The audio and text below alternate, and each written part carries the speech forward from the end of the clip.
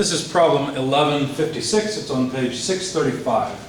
It says figure P1156 shows an HSS 4x4x1/2 steel column made from ASTM A500 grade B structural steel. To accommodate a special mounting restriction, the load is applied eccentrically as shown. Determine the amount of load that the column can safely support. The top end of the column is supported laterally by the structure. So what we have to do, let me sketch the system.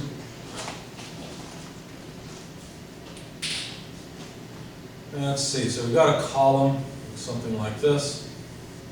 This is fixed, so we know we have a fixed on one end column. And the other end is not free, rather it is pinned. Now, if we draw it, the pin and the load is essentially applied at the corner.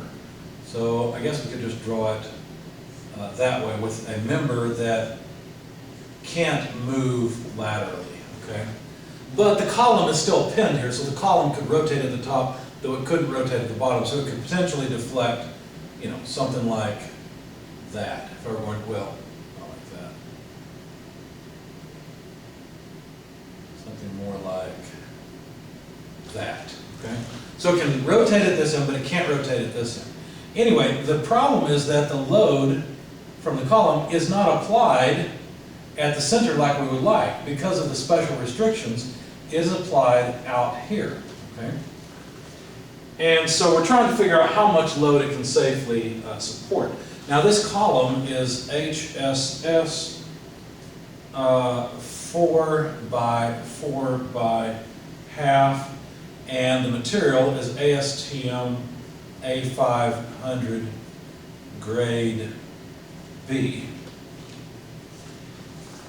And some of the information given is that the height of the column from the figure is 10.5 foot. The offset here, or the width of the column, is 5 inches. Or at least, no, that's not the case. It's 5 inches from this side over to the point of application of the force. Let me just put it over there. Okay. So there's 5 inches from the right-hand side of the column over. So since this is HSS 4, that means the outside dimension would be 4 inches. So the load is applied an inch off to the side. Now the solution to this is on page 627. This is how we deal with eccentrically loaded columns. And the equation I want to use is equation 1121. So if we copy down equation 1121, it allows us to calculate or write the yield strength in terms of the applied load that causes that yield strength to occur at the largest deflected section of the column. Okay? So the equation looks something like this. And this is the secant function, SEC. Now, if I remember right, that's 1 over cosine, if I remember my trigonometry. And so then K times the length over 2R root N PA over AE. Now, what's kind of confusing about this is the fact that the load we're looking for, the allowable load, PA, appears implicitly in the equation, and the thing we know, the yield strength is on the left. Now, I don't know of a way to solve this so that we get PA by itself, because over here, PA is inside of the secant function. It's inside of the trigonometric function. It's part of the argument of that function. So I don't know of a way to solve it. So here's what I did.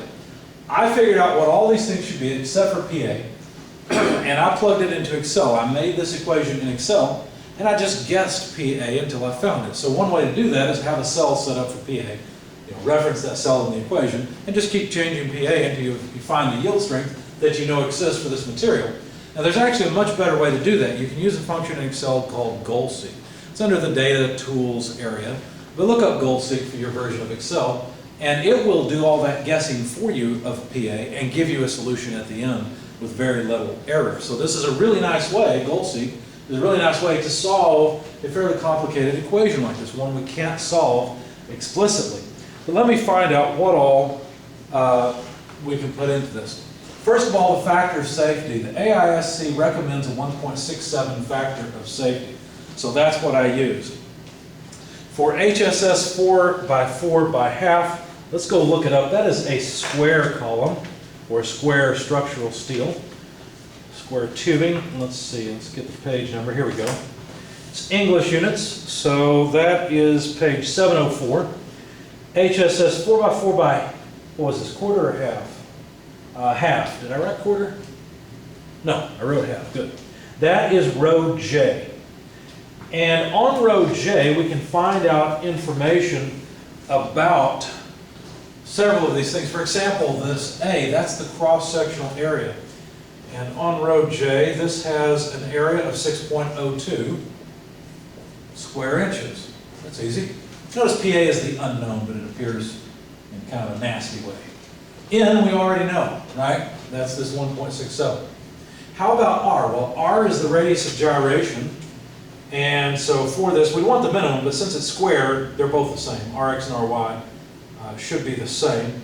And on row J, that is 1.41 inches. So it'd be squared in here, but R is 1.41 inches. Now, E and C, what are those things?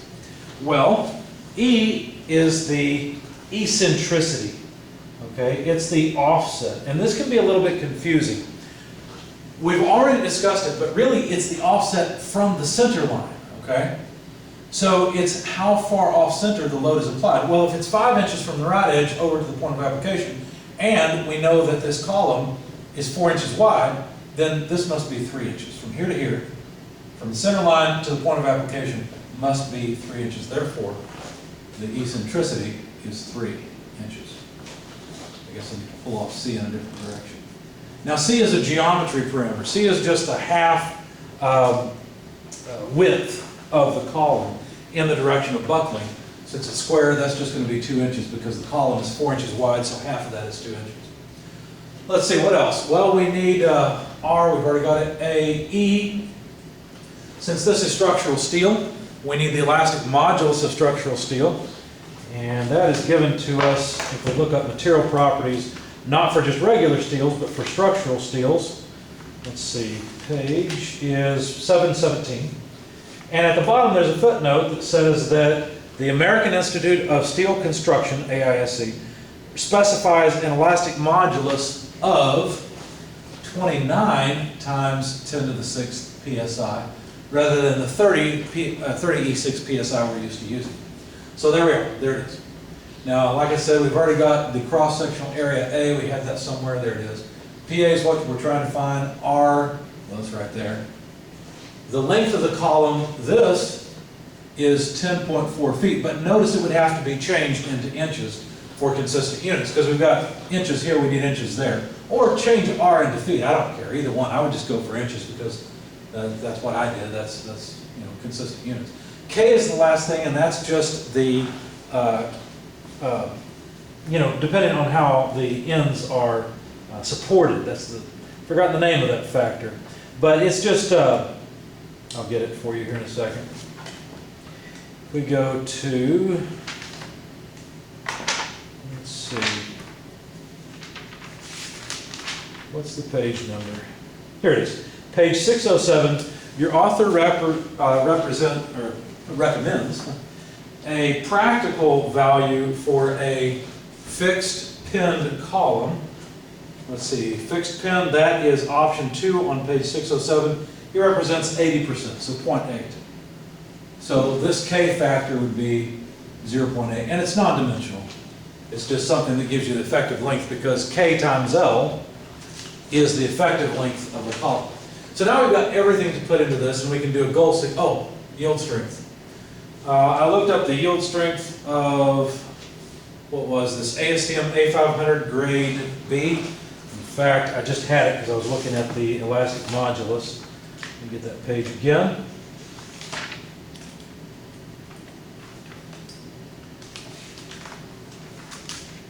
Page page 717. And for A500 grade B, let's see, this is cold formed structural tubing. There are two options. One is round and the other one is shaped. Now obviously this one is shaped.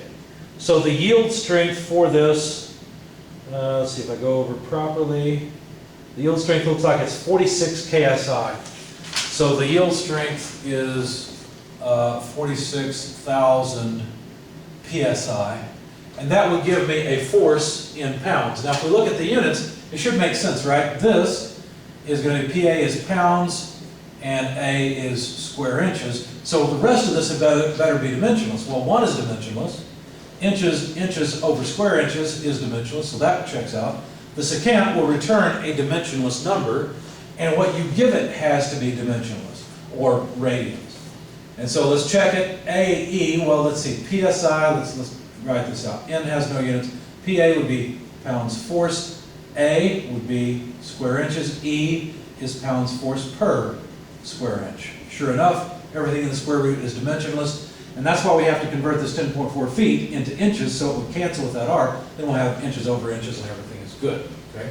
So we'll end up with PA in pounds force, and everything will be all right. So what I did at this point is, as I said, I put this equation into Excel, used GoalSeek, and I found that the allowable load, and remember this is with a factor, safety factor of 1.67, is about 34,600 and, well, it's 3.87 pounds force. I would not round that up to 34,604. I would round it down to that, okay? And even that, I don't know that I want to go that close. Now, okay, it's fair to say we have a safety factor of, 2/3 or so over this, over 1.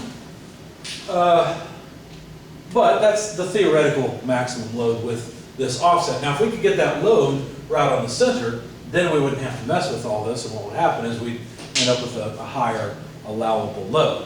But for whatever reason, this has to be offset loaded that way, and so there's the limit of that column.